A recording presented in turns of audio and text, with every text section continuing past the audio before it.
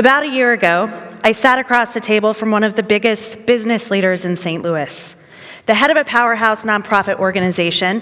His name carries serious weight in the startup community.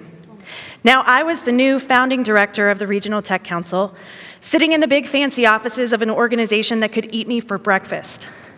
Now, just the week prior, we had hosted the very first year of our regional startup pitch competition, where we had taken 100 local founders down to the one winning team that would represent St. Louis in the largest pitch competition in the world. I walked in riding high and eager to explore new ways to collaborate. And for 2 hours, he grilled me. And for 2 hours, I matched him shot for shot, answered every question, and opened up my playbook for how I was building St. Louis into an emerging tech hub. At the end of the conversation, he leaned back and he looked me dead in the eyes and he said, "Emily, we will never partner with you because you're too much of a wild card." At first, I was gutted. I left his office shaking, fighting the urge to throw up as I walked back to my car. I had poured 3 years into building the city's first tech council and then grown it into the largest tech community in the state of Missouri. And my whole mission was about being a trusted partner. So where had I gone wrong? Then it hit me. I was the unknown variable and had quickly grown into the loudest voice of innovation here in St. Louis. I had single-handedly changed the landscape and had become his competition. It wasn't that I lacked credibility or sincerity. He saw me as the competition, and he wasn't the only one. For 20 years, I've transformed communities through entrepreneurship and innovation. I've now worked with over 1,000 founders and have had programs in over 200 cities in all 50 states. When communities are ready to do big things, I am their secret weapon. I fix broken programs, produce sold-out events, scale digital tools into national models, and I build tech ecosystems that are smart, sexy, and way cooler than they were before. My fingerprints are now all over America, from rural main streets to bustling metros to multi-state initiatives, because I do the impossible, and I am passionately and obsessively good at it, especially when it comes to being a good partner. But am I a wild card? Yeah, I am. And I think a lot of you might be too. So in poker, wild cards hold extraordinary power. They can show up at any time and become whatever card you need in order to have a winning hand.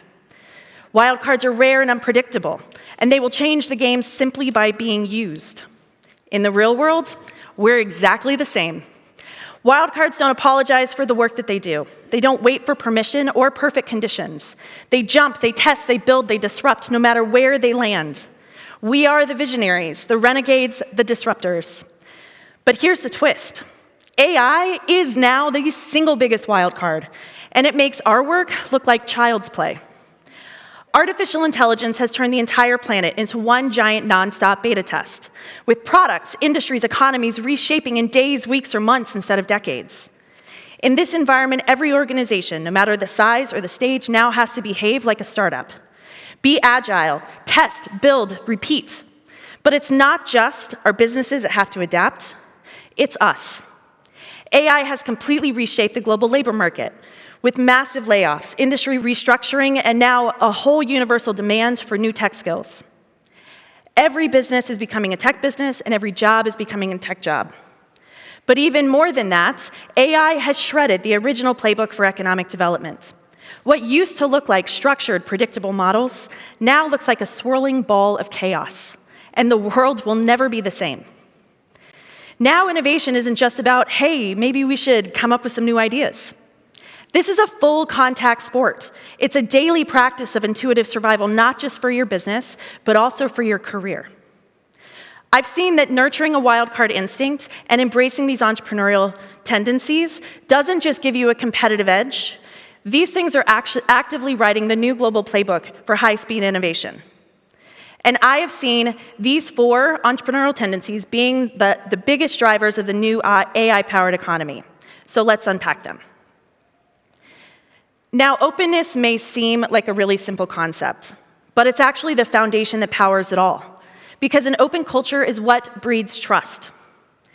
Ideas are fragile and innovation is risky, so trust is absolutely essential, but it takes time and work to build. Closed cultures tend to be focused around maintaining power and control. And that model just doesn't work anymore. It may feel safe to stay closed, but it actually breeds stagnation and decline. Open cultures are built completely differently, and we're watching them win all over the world. Flexible networks embrace messy, optimistic, and unpredictable opportunities. So they spur new opportunities and ideas faster and stronger. Opening a closed culture may be a wildcard move, but it's proving to be one of the most important steps that you take in creating an innovation-friendly environment. Now, one of my favorite ways to crack open a closed culture is through high-energy events, and y'all know I love my events. Every tech council has its own version of a tech week, and here in St. Louis, each spring, we host 5 full days of pure innovation magic. We break down the doors of this town with 50 events at 30 different venues, taking over sports arenas and corporate headquarters, research laboratories, and high-tech manufacturing centers, and we do it all for free. Now, 4 years in, this event has taken on a life of its own, and my job is simply to survive it. That we draw out over 10,000 attendees and engage every major industry. But more important than that, we took the St. Louis model of typically fragmented industry verticals, and we cut across all of it, and instead created a powerful space for collision. Each year, we see volunteers get offered jobs, businesses land new contracts, and industries that would never otherwise meet are now exploring new ways to collaborate. Because innovation is best at unexpected points of collision, and I had to show St. Louis exactly what that looked like. If openness is the culture, then adaptability is the practice. Before the pandemic, my team was tasked with reinventing the Entrepreneurship summer camp model with a national program for middle school girls. So the original model was 5 days with girls between the ages of 10 and 13, where they learned how to write a business plan. Hard pass.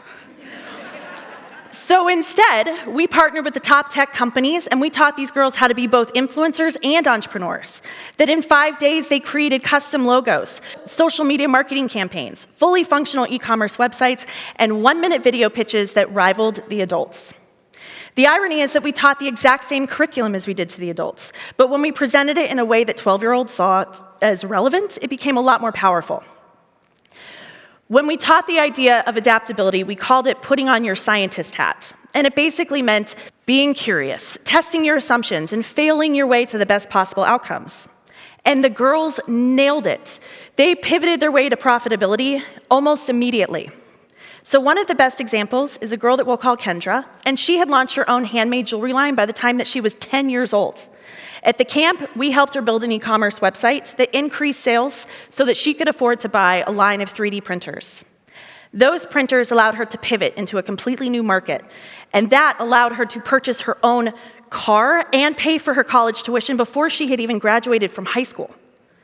These girls blew my mind. They embraced adaptability and the iterative process a lot faster than adults did. And I have to tell you, nothing puts your life in perspective like being outpitched by a 12-year-old. But so adaptability is that powerful. It's about learning to embrace your problem more than your solution, about letting the world show you exactly where the opportunity lies, and embracing change even if it makes you uncomfortable. Thanks to AI, rapid prototyping is the new norm, and you cannot get stuck in your own assumptions and ideas. We literally wake up to a new technology landscape every day, and so embracing adaptability is not just about the habits, it's about investing in the systems and processes that let you stay adaptable. Systems thinking is about not just reading the market, but reading the whole room.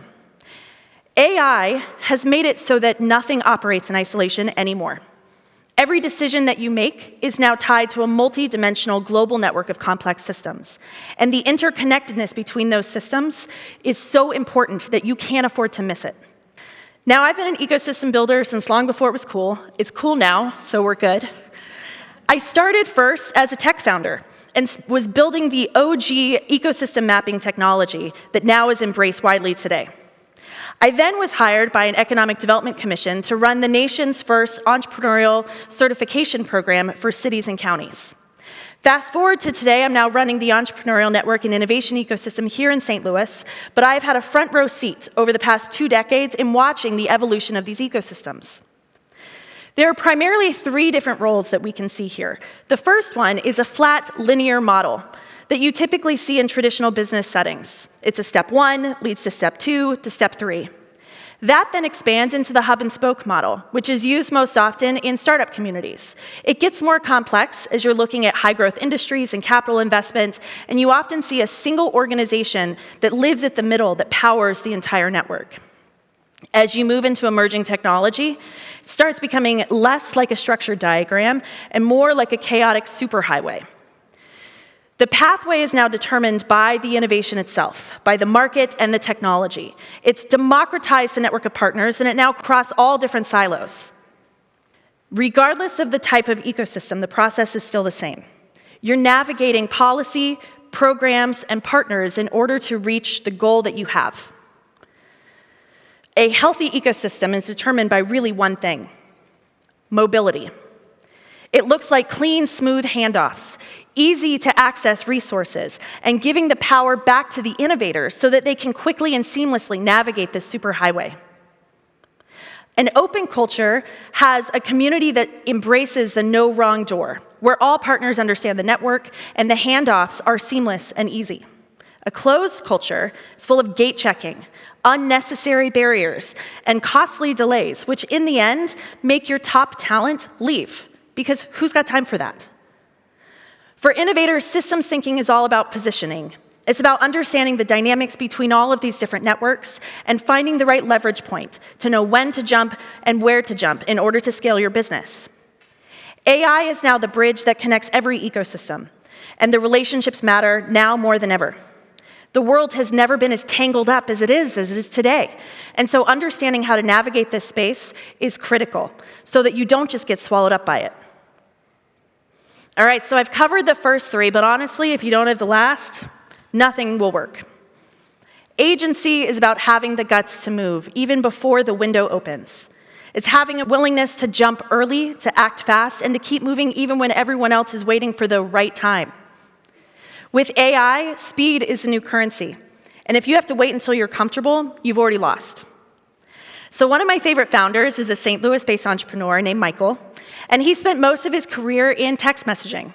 As he saw on the horizon the evolution of the rich communication services, or RCS text messaging, he immediately started a nonprofit that was embracing that innovation and started pioneering the technology. But he was way ahead of the curve. For years, his team has been pitching to corporate giants and industry leaders, and they've been getting confused looks and delayed decisions. But they didn't stop building. Then, one day, the market shifted, and guess who was at the front?